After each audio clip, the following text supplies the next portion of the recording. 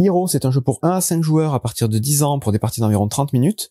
Un jeu dans lequel vous allez devoir recruter des aventuriers dans votre guilde pour essayer de gagner un maximum de points de gloire, donc de gagner le plus de points de victoire possible par rapport à vos adversaires avant la fin de la partie. Donc je vous explique comment ça marche, c'est assez facile. Pour la mise en place, vous allez avoir un petit plateau à mettre au centre de la table sur lequel vous avez une piste de pouvoir, donc de force, et une piste de points de victoire. En fonction du nombre de joueurs, vous allez mettre les marqueurs aux couleurs des différents joueurs dans la partie. Donc là, j'ai mis 3 marqueurs de chaque côté, donc c'est parti pour 3 joueurs.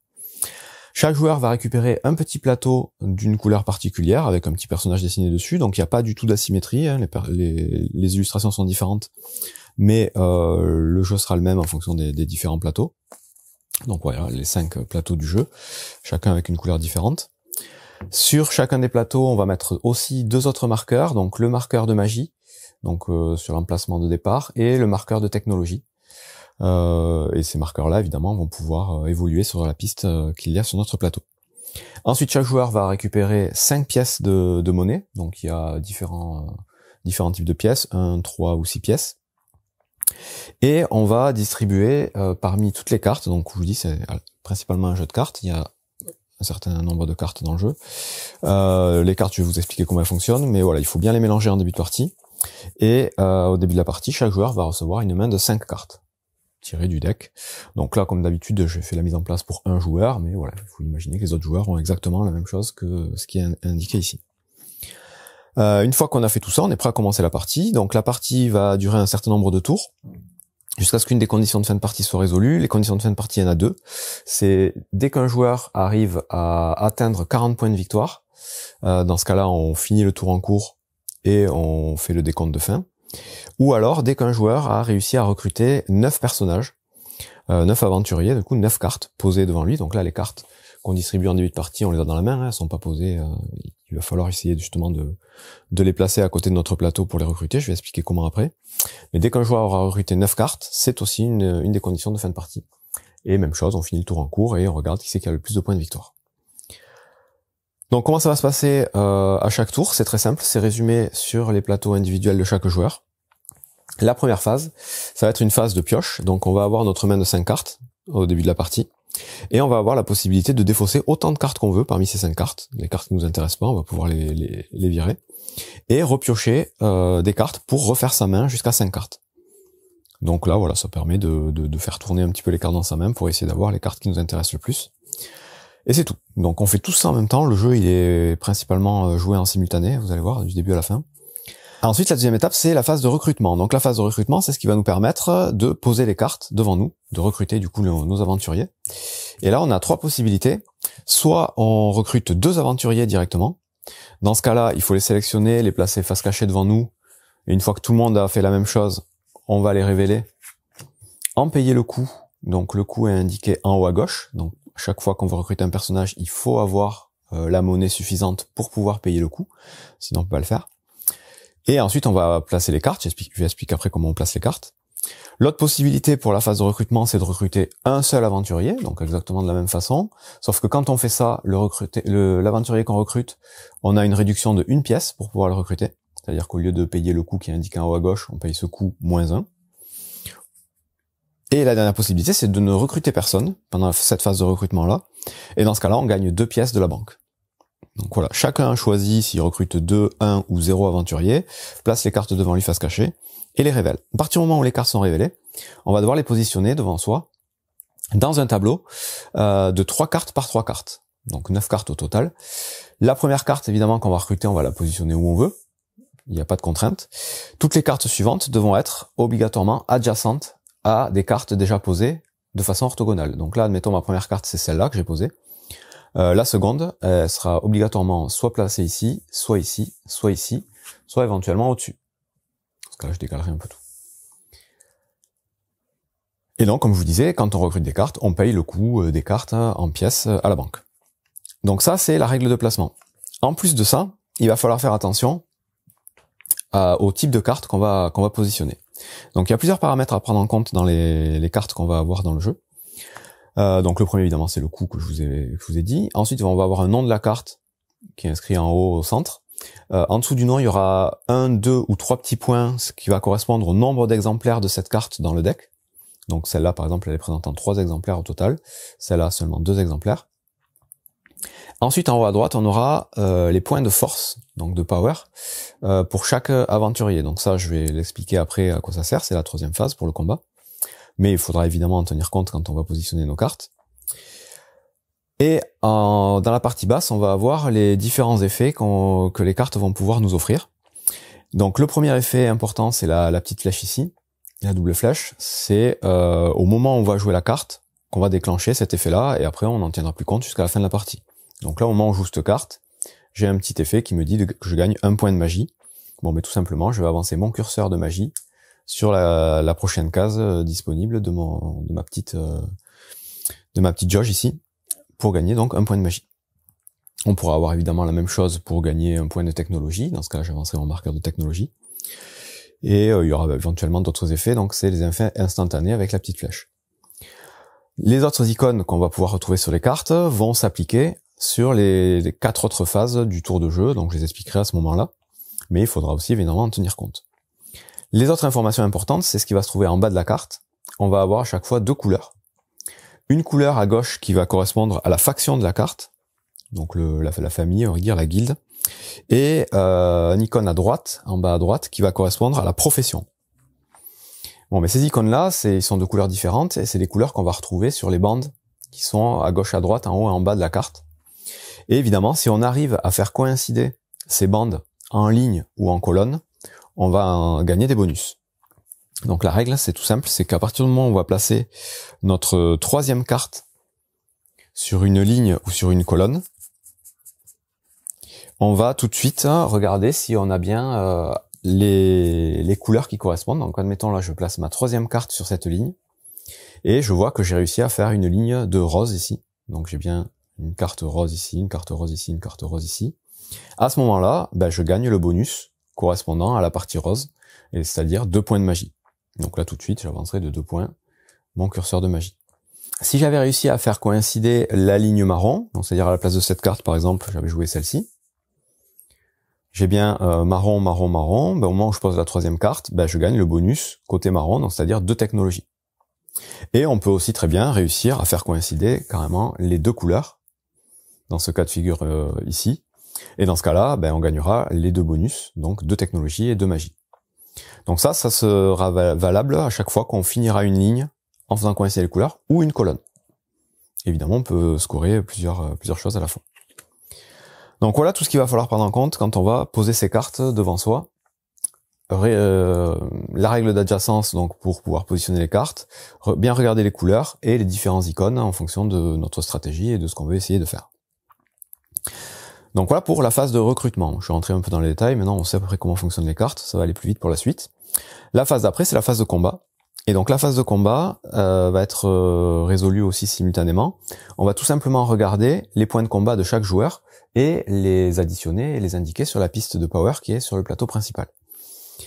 Pour ça, tout simplement, admettons, j'ai mes cartes comme ceci. On est un peu avancé dans la partie, j'ai positionné mes cartes.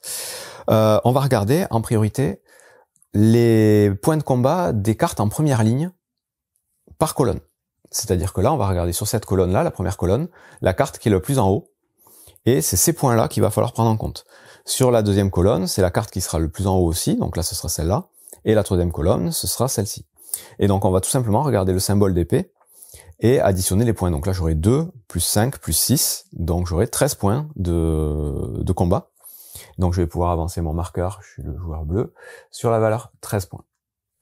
Tous les joueurs vont faire exactement la même chose. Et en fonction du nombre de joueurs et du petit tableau qui se trouve juste en dessous, on va attribuer directement des points de victoire pour les joueurs qui auront le plus de points de combat. Donc là, par exemple, admettons je suis premier, on joue à 3, je vais gagner 5 points de victoire. Le second gagnera 3 points de victoire et le troisième gagnera rien. En cas d'égalité, pour la première place, tous les joueurs gagneront le maximum de points et on ne considérera pas la seconde place. À chaque fois, en fait, qu'il y a une égalité, on ne prend pas en compte les places suivantes pour l'attribution des points. Donc voilà pour les combats. Et ce qu'il va falloir regarder aussi, c'est que de temps en temps, on va avoir des cartes avec un symbole d'épée et une petite astérisque. Bon, de cette carte-là, la petite astérisque, elle va vous dire que il y a un petit effet sur la carte qui va avoir une importance au moment du combat. Donc là, par exemple, on vous dit que je vais gagner un point de victoire supplémentaire si j'ai gagné au moins un point de victoire pendant la phase de combat. Donc là, admettons, dans le même cas de figure, c'est moi qui ai remporté la victoire, j'ai gagné 5 points de victoire. Comme j'ai gagné des points de victoire, je vais gagner un point de victoire supplémentaire parce que j'ai ce personnage qui a cette capacité-là. Et autre cas de figure possible pour les combats, on peut avoir aussi des épées avec un petit symbole plus, comme celle-ci par exemple, il y a un petit plus. Bon ben là c'est pareil, il faudra juste regarder le petit effet avec l'épée qui aura marqué en dessous, pour vous dire que ben là j'ai 3 points, plus 1 point par niveau de magie sur mon petit plateau. Et donc les niveaux de magie, c'est pas les cases sur lesquelles on est arrivé, c'est faut regarder le petit cercle à l'intérieur. Si on est sur la case 1 ou 2, on est niveau 1. Si on est sur la case 3, 4, 5 ou 6, on sera niveau 2. De 7 à 14, on sera niveau 3. Et 15, on sera niveau 4. Et ça, c'est valable donc pour la magie et pour la technologie. On pourra y faire référence. Donc là, si j'avais eu mon marqueur ici, sur la case 7, j'aurais gagné un point d'attaque supplémentaire par niveau de magie. Donc là, je suis niveau 3, donc j'aurais gagné 3 points d'attaque supplémentaires. Donc cette carte, elle vaudrait 6. Donc voilà pour la résolution des combats, les attaques des cartes en première ligne. Donc là, en fait, dans ce cas de figure-là, je ne prends en compte que ces 3 cartes-là. C'est les 3 cartes qui sont en première ligne sur mes colonnes. Donc j'aurai 2, plus 6, plus 3, et le petit bonus de 3, donc j'aurais eu en tout 15 points d'attaque. Une fois qu'on a résolu l'attaque, on passe à la phase de production. La phase de production, c'est très simple, on va regarder sur les cartes qu'on a posées devant nous, tous les petits symboles d'engrenage qu'on peut avoir sur les bandeaux du bas. Et ces symboles d'engrenage vont nous faire gagner de la magie ou de la technologie sur notre piste. Donc là, dans ce cas de figure, je gagnerai un point de magie pour cette carte, plus 1 pour cette carte-ci, plus 1 pour cette carte-ci. Donc je gagnerai 3 points de magie, plus un point de technologie ici, plus un deuxième point de technologie ici. Donc on fait tout ça, on fait augmenter nos petits curseurs, tout ça en même temps, et on a fini la phase de production. On passe ensuite à la phase de revenu, 5e phase de revenu, on va gagner tous par défaut 3 pièces, plus autant de pièces qu'on aura d'indiquer sur nos effets avec le symbole de pièce. Donc vous voyez ici, vous avez le petit symbole de pièce, je gagne une pièce supplémentaire. Il y a certaines cartes qui pourront faire gagner plus d'une pièce. Je sais pas si j'en ai, là, celle-ci par exemple. Elle fera gagner 2 pièces supplémentaires à la phase de revenu. Une fois qu'on a récupéré notre argent, on passe à la phase de points de victoire, et là c'est exactement le même principe, on va regarder les petits symboles de laurier sur nos petites cartes d'effets. Et par symbole de laurier, ben, on gagnera les points de victoire qui sont indiqués. Celle-ci, par exemple, elle nous dit qu'on gagne 3 points de victoire par niveau technologique. Donc si je suis niveau 2 en technologie, ben, je gagnerai 6 points de victoire grâce à cette carte. Ici, elle me dit que je gagne 1 point de victoire par aventurier dont le coût est supérieur à 4 dans mon tableau. Donc là, 4 ou plus. Donc là, j'ai ces 3 cartes. Donc je gagnerai 3 points de victoire grâce à cet effet de points de victoire. Et on a fini du coup un tour de jeu. Donc je récapitule rapidement. Première phase, on a des cartes en main, on peut en défausser, on fait ce qu'on veut et on refait sa main à 5 cartes. Donc on aura nécessairement 5 cartes en main à la fin de la phase de pioche. Deuxième phase, recrutement, on peut poser entre 0 et 2 personnages dans notre zone de jeu en payant le coût qui est indiqué en haut à gauche. Et on les positionne orthogonalement. Si on positionne la 3e carte d'une ligne ou d'une colonne, on regarde si on a réussi à faire coïncider des couleurs pour gagner les petits bonus qui sont indiqués en bas. Ensuite, on passe à la phase de combat, on regarde les points de combat qu'on a au total, on les marque sur la piste ici, et on va gagner des points de victoire en fonction du nombre de si on est 1er, 2e, 3e, 4e ou 5e sur cette piste-là. Ensuite, on passe à la phase de production, on gagne des points de magie et des points de technologie en fonction des icônes de production qu'on a sur nos cartes. Phase de revenu, on gagne 3 pièces, plus autant de pièces que les icônes de pièces qu'on a sur notre tableau devant nous. Et phase de points de victoire, on gagne des points de victoire en fonction des petits symboles de points de victoire. Et donc on va enchaîner les tours comme ça, comme je vous ai dit, jusqu'à ce qu'un joueur atteigne 40 points, ou qu'un joueur ait positionné sa 9e carte. Et donc on pense bien qu'on est obligé de faire un tableau de 3 par 3, on ne peut pas dépasser. Une fois qu'on a fait ça, qu'on est arrivé à la condition de fin de partie, on va tout simplement se rajouter des points de victoire par lot de 3 pièces qui nous restent. Donc toutes les 3 pièces, un point de victoire supplémentaire. et le joueur qui aura le plus de points de victoire sera déclaré vainqueur, tout simplement. C'est tout pour Hero, donc les règles sont quand même assez simples, les tours de jeu sont indiqués, ils sont rapides, on joue quasiment tout le temps en simultané, et c'est un jeu voilà de construction de moteur et d'optimisation pour gagner le plus de points de victoire le plus vite possible. Donc une bonne surprise qui n'est que en anglais pour l'instant, mais il n'y a pas énormément de texte, c'est assez compréhensible et assez simple à jouer. On est très clairement dans le même style de jeu que Château Combo, pour ceux qui connaissent, qui est sorti tout récemment en français. Voilà, un petit jeu de cartes, de collection de cartes, de construction de tableaux, de construction de moteurs, où il faut gagner le plus de points de victoire. Les illustrations sont cool, le matériel est sympa aussi. Donc plutôt une bonne surprise aussi, un peu sorti de nulle part. C'est un jeu japonais à la base, hein. C'est une réédition d'ailleurs d'un jeu qui est sorti il y a quelques temps et qui vient du coup d'arriver là en anglais, et c'est plutôt sympa. Donc je vous le conseille si ce genre de jeu peut vous intéresser. J'ai oublié de parler de deux petits points si jamais ça vous intéresse. Donc il y a un petit module supplémentaire dans le jeu qui va vous permettre de jouer avec des petits objectifs. Premier arrivé, premier à marquer des points. Donc vous avez 8 cartes en tout objectif. Vous pouvez les mélanger en début de partie et en sélectionner 4 que vous allez mettre face visible quelque part. Et le premier joueur à atteindre cet objectif retournera la carte et gagnera 3 points de victoire instantanément. Donc c'est des objectifs du genre atteindre le niveau 3 en magie, atteindre le niveau 2 en magie et en technologie. Le premier à avoir 15 points de force ou plus. Le premier à avoir des quatre professions différentes dans son tableau, enfin ce genre de choses. Ça permet voilà d'avoir des petits objectifs et de varier un petit peu les parties.